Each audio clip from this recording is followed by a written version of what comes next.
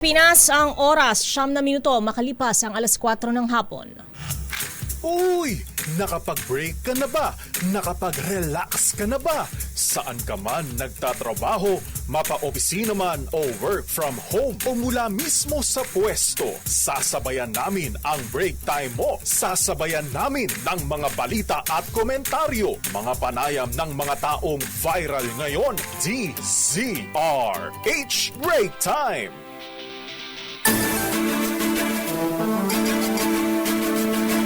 Magandang hapon, Luzon, Visayas, Mindanao. Makakasama nyo sa isa na namang edisyon ng Break Time. Ako po si Thea Petro Corpuz at sasamahan ako maya-maya ni Sir Ray Sibayan. At hindi pa po Friday, pero bakit ganun? Parang sabi nila ang bilis daw na talagang tumakbo at lumilipas ng Pebrero kasi nga maraming okasyon. At nag-aabang-abang ang...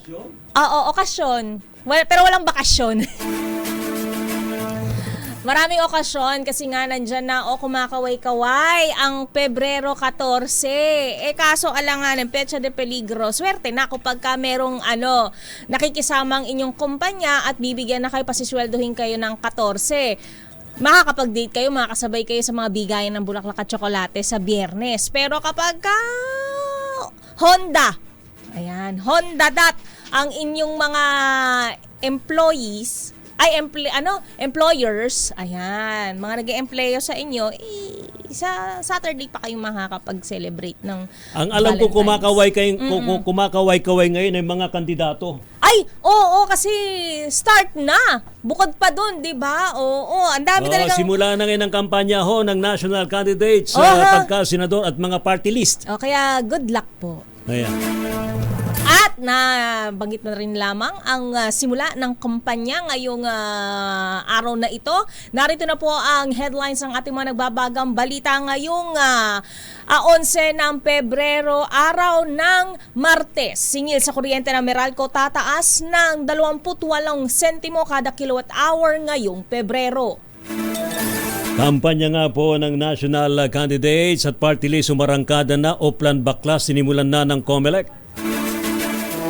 Hirit na special session para sa impeachment trial kay Vice President Sara, malamig sa mga senador.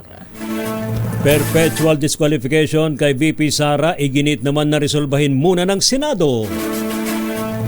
Pagbebenta ng LGU sa 35 pesos kada kilong bigas, tututukan ng National Food Authority.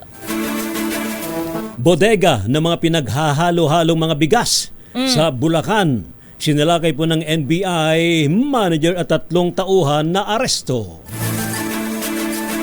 Dating Police General na sangkot sa 6.7 billion peso drug haul noong 2022, balik Pinas at agad na sumurrender. 3 suspect naman nasangkot sa 90 million pesos na nangikil daw po sa local candidates na kwelyo ng PNP CIDG. US Marine kumpirmadong kasama sa 4 na sakay na namatay sa plane crash sa Maguindanao.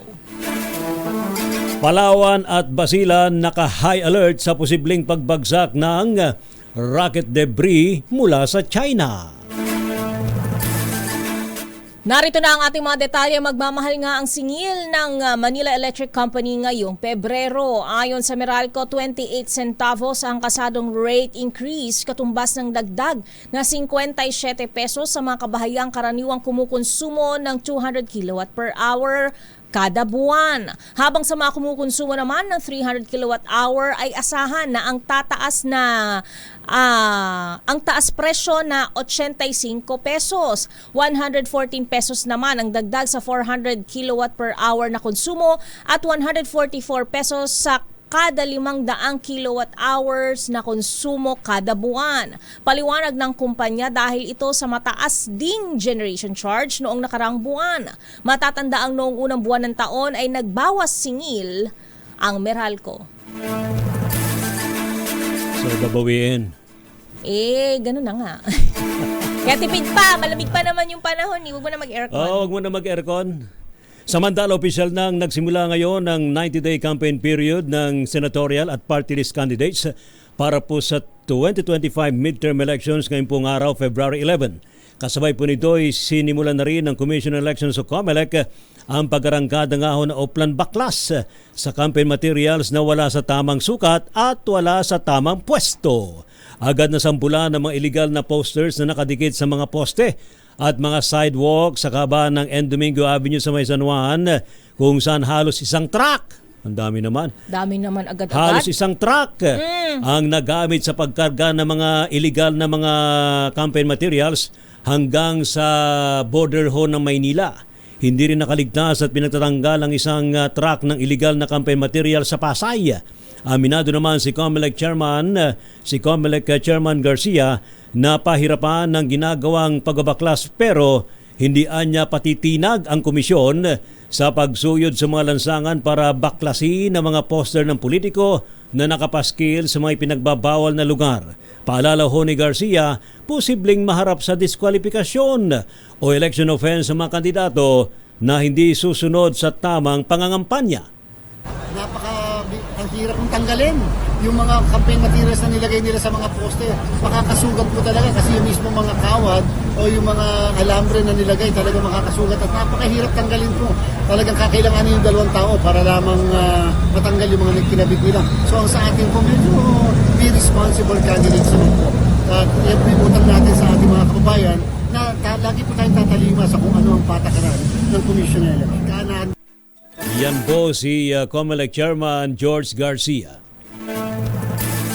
Umarangkada nga ngayong araw ang Oplan Baklas ng COMELEC kasabay ng unang araw ng kampanya ng mga national candidates sa Quezon City. Isang katerbang campaign posters ang pinagbabaklas kabilang ng mga oversized tarpaulin. Sa San Juan City at Pasay City umabot sa tig-isang truck ang kanilang nagamit sa pagkarga ng mga illegal campaign materials. Ayon naman kay COMELEC Chairman Attorney George Garcia, naging pahirapan din ang pagbabaklas nila ng mga poster na ikinabit sa poste ng kuryente. Dahil dito nagbabala si Garcia sa mga kandidato na kapag hindi pa tinanggal ang mga campaign poster na nasa maling lugar ay ipaghaharap sila ng election offense. Kumuha na raw po ng karagdagang 250 tauhan ng COMELEC para tumulong sa verification ng mga naimprentang balota.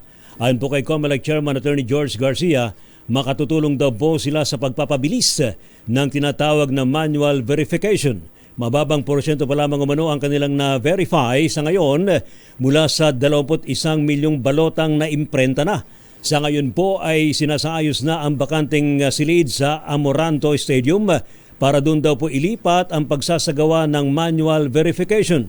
Umaasa naman ang COMELEC na oras na mailipat doon ang verification ay magiging mas mabilis ang kanilang proseso para maabot ang deadline hanggang April 14.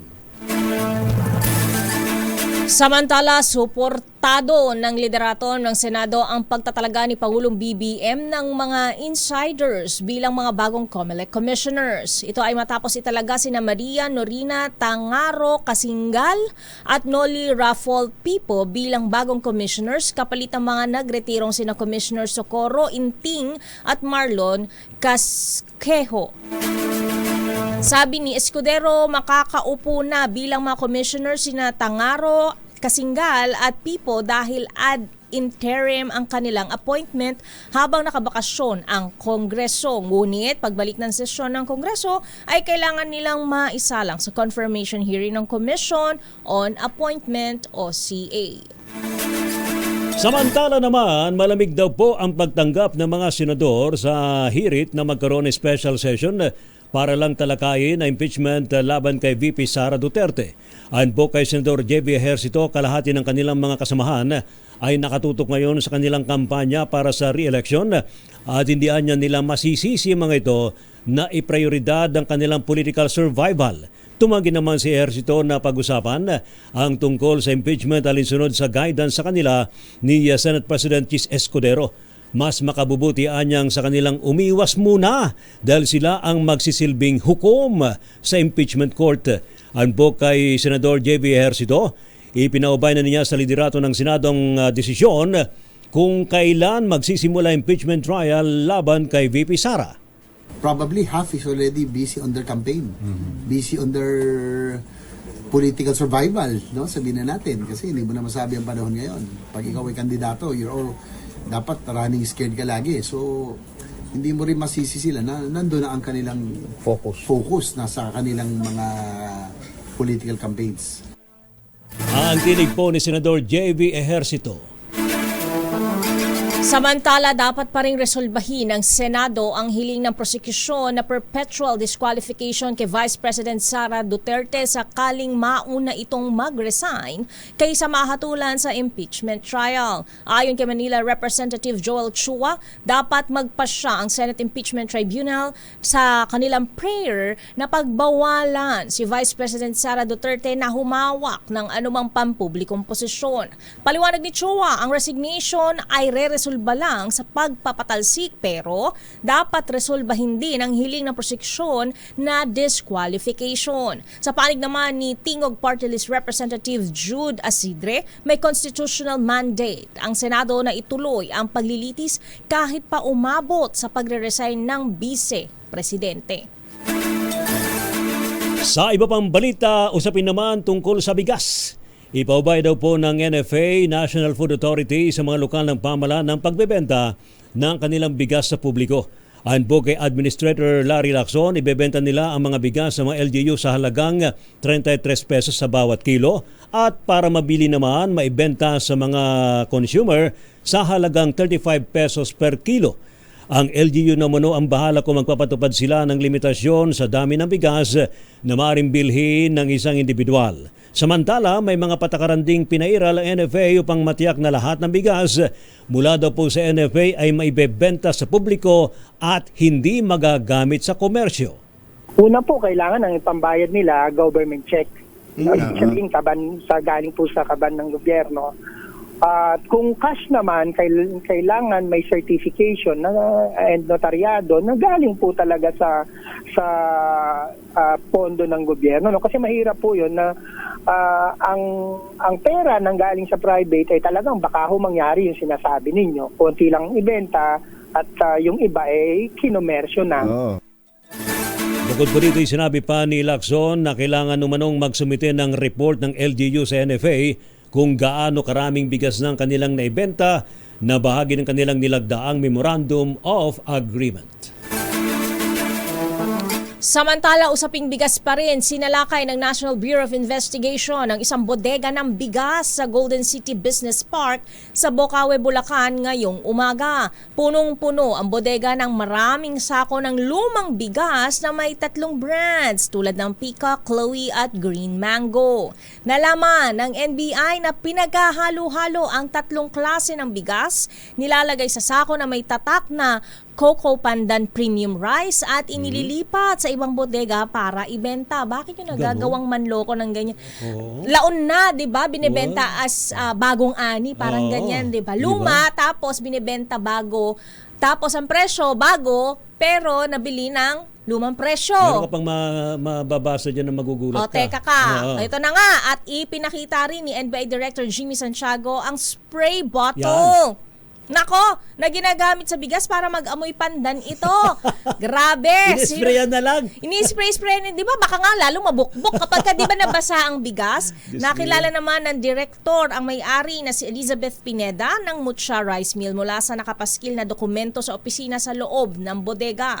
Sasampahan ng kasong profiteering, hoarding, untruthful labeling o economic sabotage sa ilalim ng Republic Act 12022 ang may-ari at mga tauhan ng bodega. Dumating rin si Nestor Eusebio Jr. ng Department of Agriculture sa bodega para mag-inspeksyon, ngunit hindi muna ito nagbigay ng pahayag. Bakit nyo nagagawang lokohin ang sambayan ng Pilipino na kumakalampag na nga, di ba? Kumakalamang sikmura para makalamanan ng kanin na maayos. Yun daw masarap pakainin nyo, kumakalaman sikmura eh. Sana naman masarap ipapakain mo. Hindi na iniintindi kung ano yung kinakain. Awag ganyan. Kahit ini-sprayan lang na pandan? Ng pandan scent. Wow. Oh, pandan scent yun, di ba? Pandan Para scent. mga amoy pandan daw siya eh. Ano That's ba yan? very wrong. Samantala, sa kaugnay na balita, naresto nga po ng NBI ang isang manager, 2 cashier at inventory officer sa bodega ng bigas na ni-raid ho ng ahensya sa may Bocaue, Bulacan.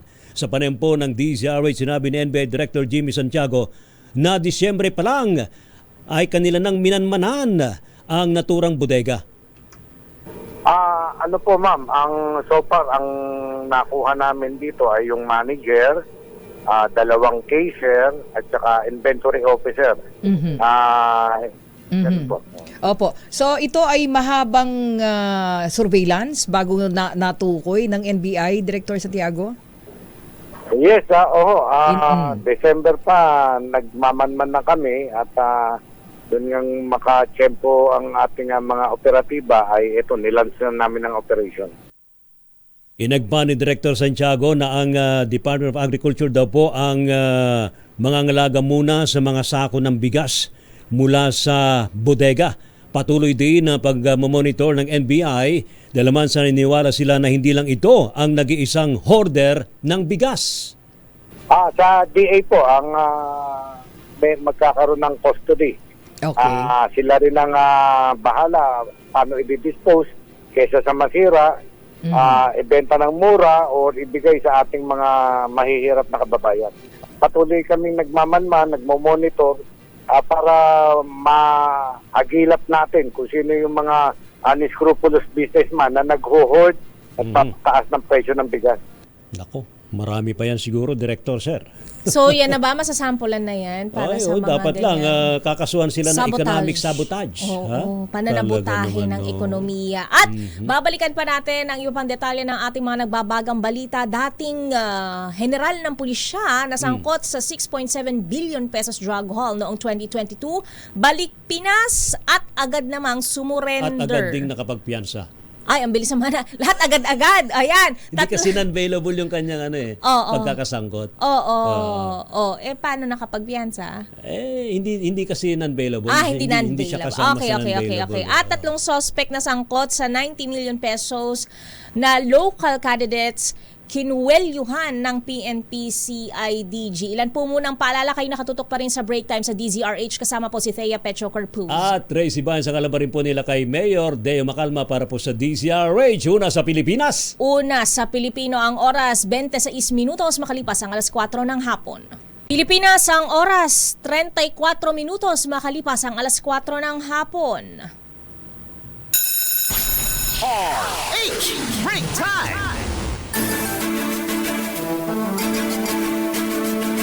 Standby sa ating mga reports, RH28 Raymond Dadpaas, Milky Rigonan, Edniel Parosa at Noche Cacas. Unahin na muna natin ang report mula kay RH14 Leth Narciso, mga kandidato ng Alyansa para sa Bagong Pilipinas.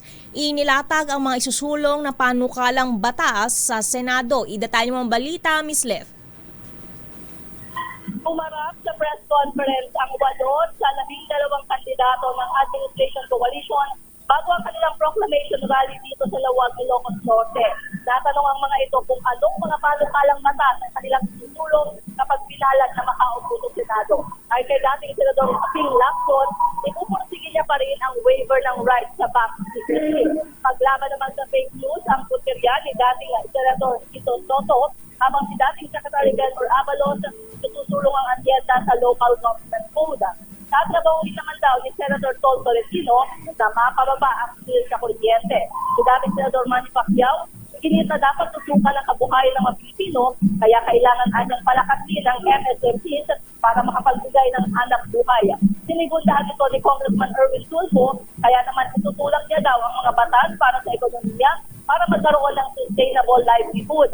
Para naman kay Mayor Abby Binay, mahalagang matutukan ang pangalaga sa kalusugan sa pamagitan ng murang gamot at mapalakas ang purchasing power ng mga manggagawa, kaya hindi na dapat buwisan ng overtime pay. Ipapanukala naman daw ni Deputy Speaker Camille Villar na palakasin ang suporta sa mga industriya na nagbibigay ng trabaho gaya ng construction at infrastruktura. Samantala, handa na ang Ilocos Norte Centennial Arena dito sa Luwag para sa kick-off ng kampanya ng mga kandidato ng Administration Coalition. Inaabangan kung makukumpleto ang senatorial slate ng alyansa na personal na ikakampanya ni Pangulong Marcos sa kanyang mga kahilian. Let! Para sa Yes, Ray. Kumusta nga iti panahon dito, Ilocos? Kamusta ang panahon daw dyan, Miss Let? Maulan, malamig, mainit. hapon, maaliwalas naman. Meron Yo. kulimlim pero nasa loob naman yung venue dito nga sa Ilocos Norte Centennial Arena. So, kulang pa ba yung senatorial slate ng administration?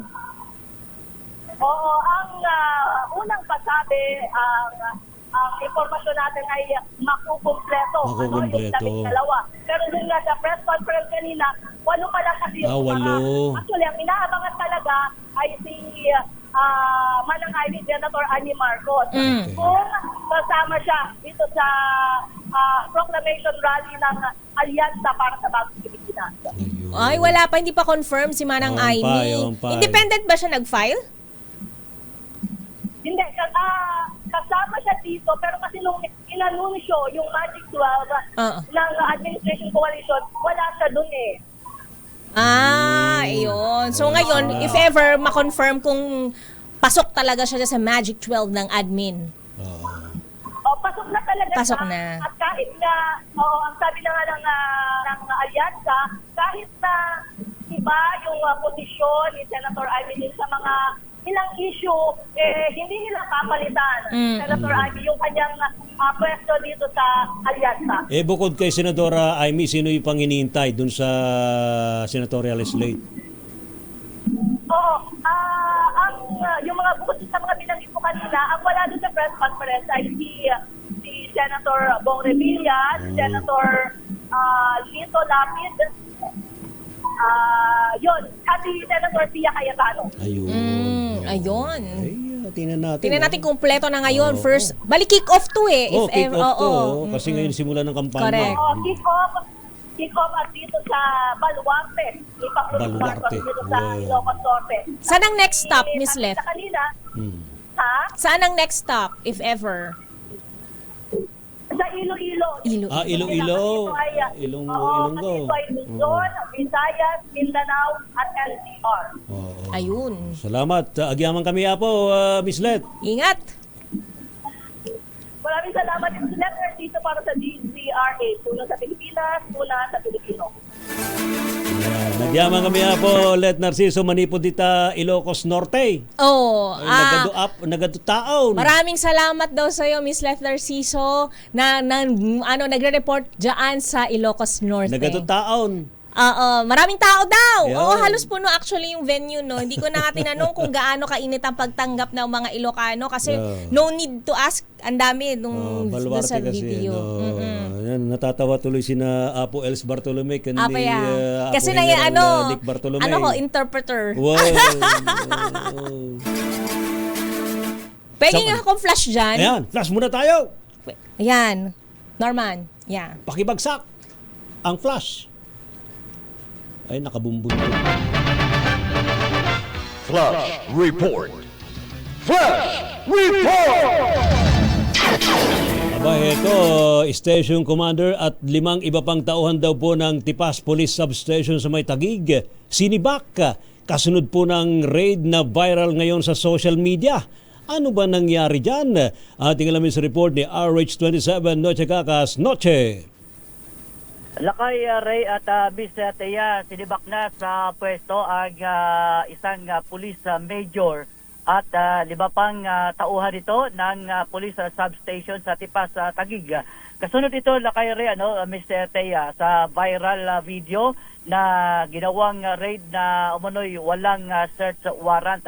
Ang insidente ay nangyari dito sa barangay Napindan, kung saan sa pilitang pinasok ng mga pulis ang bahay at pilit na pinalalabas ang isang babae habang puwersahang binitbit palabas din ang isang lalaki na sumisigaw.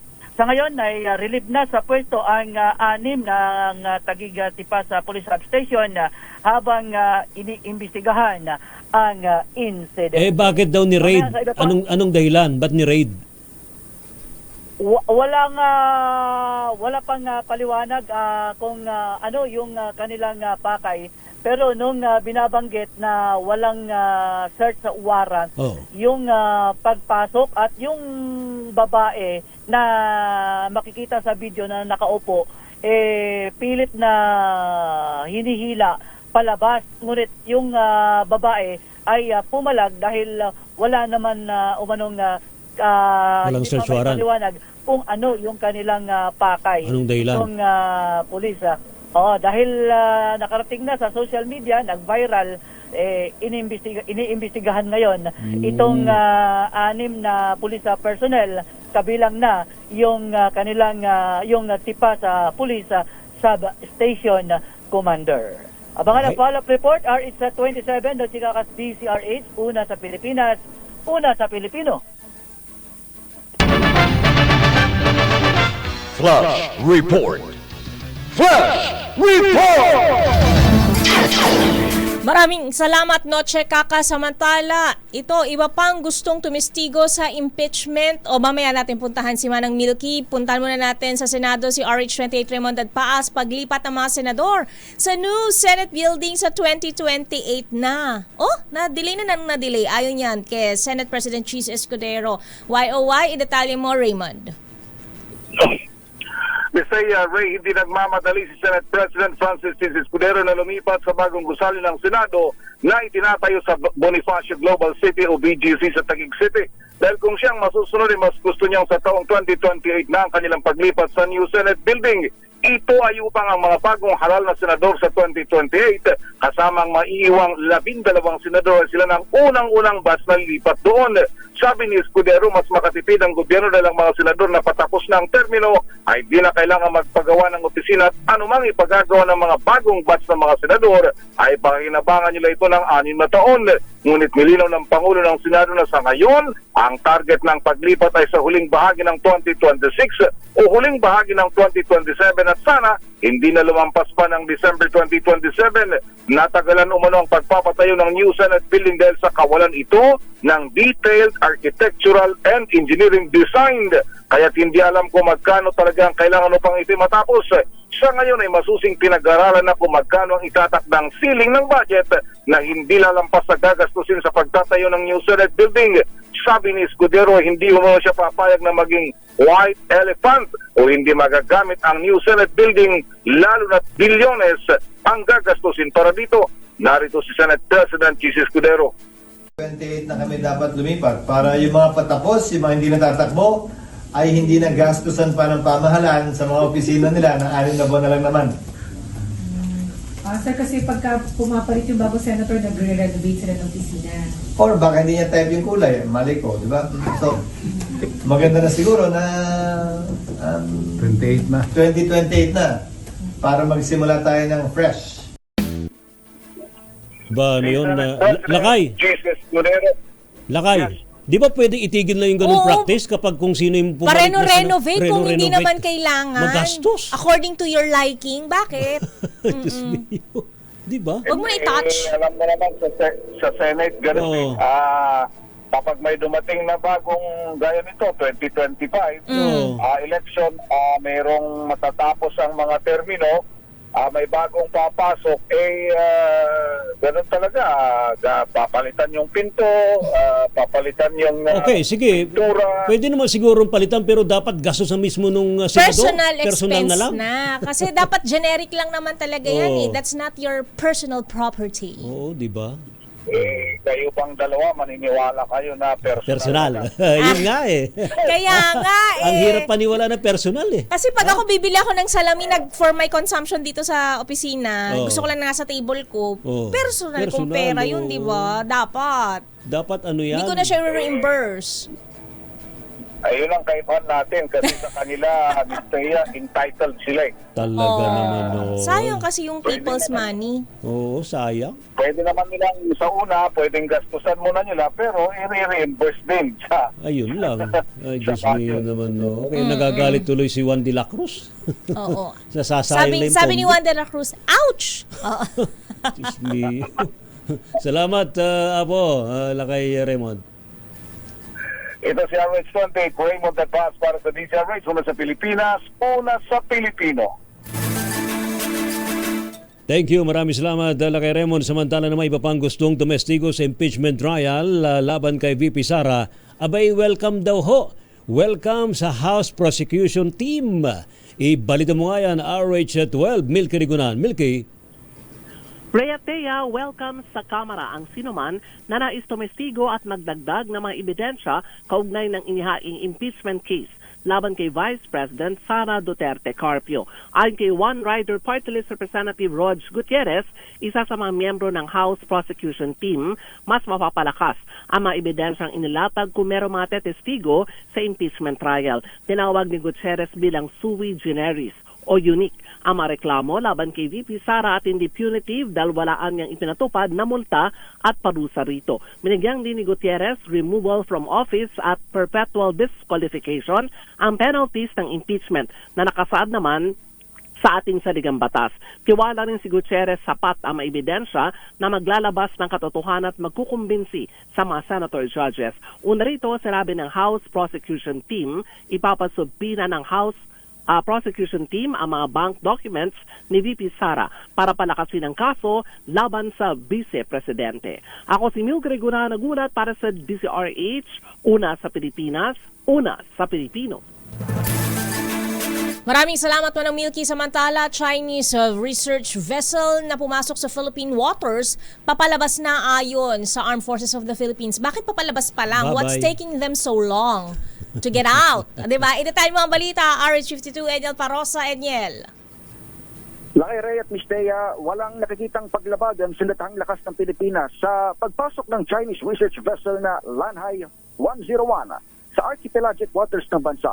Ayon si Rear Admiral Roy Vincent Trinidad, tagapagsalita ng Philippine Navy sa West Philippine Sea, pasok naman sa panuntunan ng kanilang naging sagot, maging ang takbo ng naturang sasakyang pandagat, salik sa Innocent Passage. Huli itong namataan sa layong 70 nautical miles mula sa Lubang Island sa Occidental Mindoro kaninang umaga at tinatayang nasa kanluran na ng Subic Zambales hanggang kaninang tanghali. Sabi ni Trinidad sa press briefing sa Camp Aguinaldo, galing sa Malaysia ang Lanhai at pabalik na sa China bago inabutan ng sama ng panahon malapit sa Palawan. Wala ring nakikitang pattern ng AFP sa namamataang Chinese research vessel sa Pilipinas kamakailan na indikasyon lang umanong gumaganda na ang kakayahan ng AFP na mag-monitor magbantay sa ating sariling katubigan. Pakinggan natin ang paliwanag ni Admiral Trinidad. So far, wala pa tayo na-establish any pattern. What is good on the increased or enhanced monitoring is on our side. We could now track, we are now more vigilant when it comes to monitoring any intrusions, whether authorized or unauthorized, within our archipelagic waters. Ang tinig ng tagapagsalita ng AFP sa West Philippine Sea. Ito si Edniel Parrosa, nag-uulat para sa DZRH. Una sa Pilipinas, una sa Pilipino. Thank you. Maraming salamat, Edniel Parosa.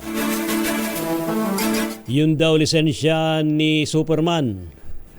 Lisensya ni Superman. Oo. Lisensya daw po nung isa sa mga nag-Superman stand sa Marilake. Ha? Na nag-viral nga po sa social media. Namatay kasi so yung isa. di ba yung nasawi doon walang lisensya? Tapos wala bang lisensya yung isa yung namatay? Oo, i-confirm nga natin yan kay Josa at kay Jackie. Oy, wala na Balikan nyo, pero oo nga, tsaka nawala na rin naman siya. Pero so, ang i-investigate talaga dito, Yung isa, kung sino yung natira, di yung ba? naka-survive. Yung survivor. Oo, the one who survived. Kinansila na ho ng LTO. At talaga dapat ipagbawal yung mga stand na yun sa may Marilake. Tsaka bakit nagsastunt? Diyos mio naman. Kaya yung bantay sarado ngayon ng PNP HPG yung. Alam mo, kung may disiplina lang tayo mga riders, tayo mga motorista, hindi na kailangan tayong binabantayan.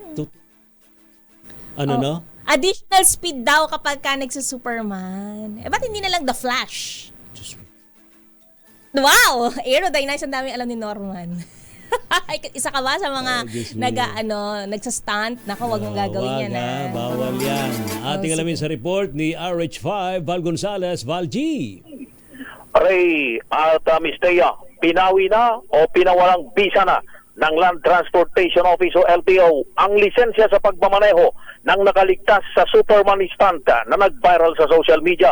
Ayon kay LTO Chief Assistant Secretary Attorney Vigor Mendoza II, ang desisyong ito ay ginawa patay sa mga ebidensya at matapos na mabigyan ng pagkakataon na magpaliwanag si Rico Ahmad Buyawan noong magpaliwanag ng kanyang panig bilang bahagi ng due process. Ang insidente nangyari noong Enero 8 sa Marilake Road, Barangay Cuyambay, Tanay Rizal, kung saan si Buyawan at ang kanyang kasamang si John Louis Arguelles ay nakita sa video na gumagawa ng isang mapanganib na Superman stunt ito nais ko lang yung telepono ko napunta ron sa earphone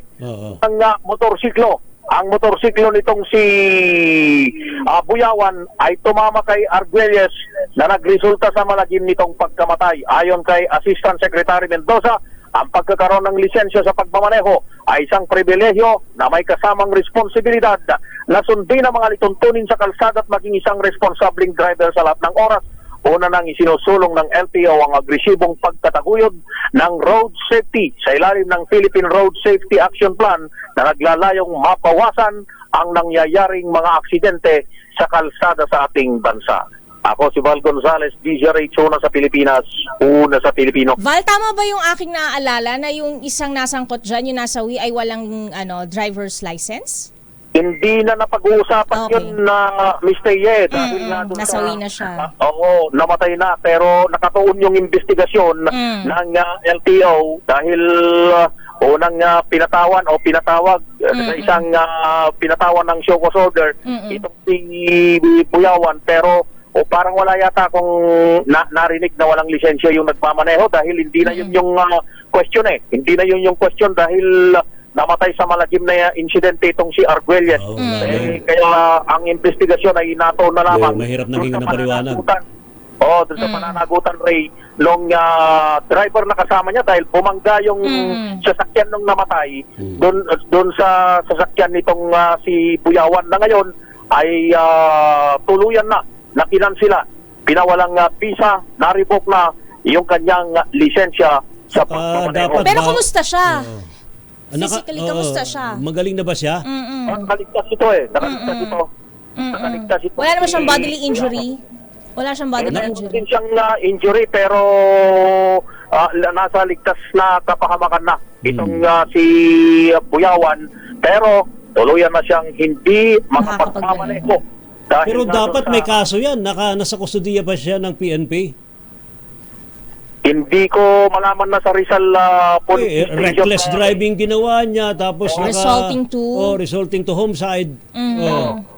Yung hawak lang kasi ng LTO yung administrative case. Hindi ko alam kung ano yung criminal case na kanyang kinasasangkutan.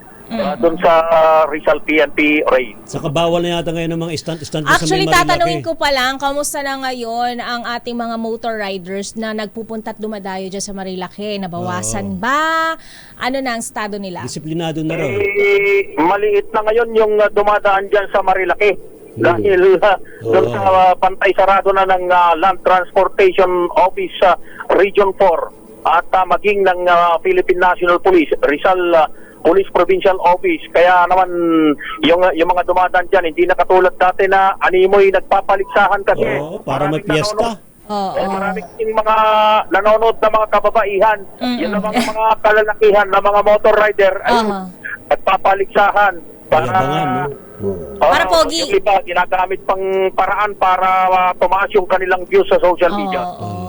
Kaya iba yung pag-iingat, 'di ba? Gamitin po natin ng mahusay ang ating mga pribilehiyo. Disiplina sa kalsada. Correct.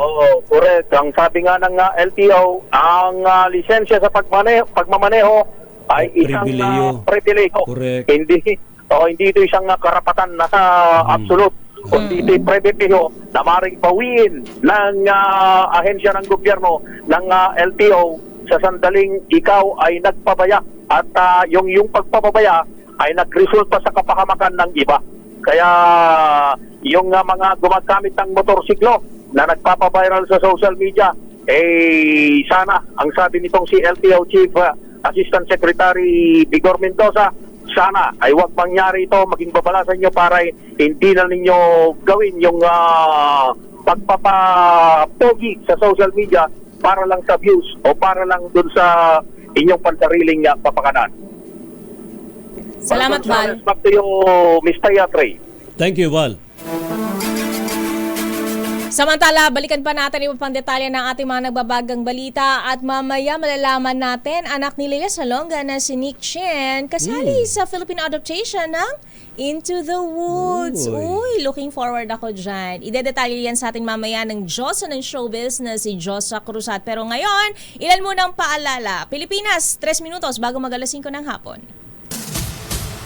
Sa pagbagsak ng eroplano sa Maguindanao del Sur noong 6 Pebrero. Siya ay si Sergeant Jacob Durham mula sa California, isang electronic intelligence at electromagnetic warfare analyst. Ayon sa US Indo-Pacific Command, si Durham ay nakatalaga sa 1st Radio Battalion Marine Expeditionary Force Information Group. Ang naturang US Marine ay sakay ng Beechcraft King Air 300 aircraft kasama ang 3 iba pa nang mangyari ang aksidente sa bayan ng Ampatuan. Galing ng Cebu ang eroplano at patungo sa Cotabato City para sa aerial survey nang ito ay bumagsak. Ang private plane ay inupahan ng US Department of Defense para magbigay ng intelligence at surveillance support sa Pilipinas.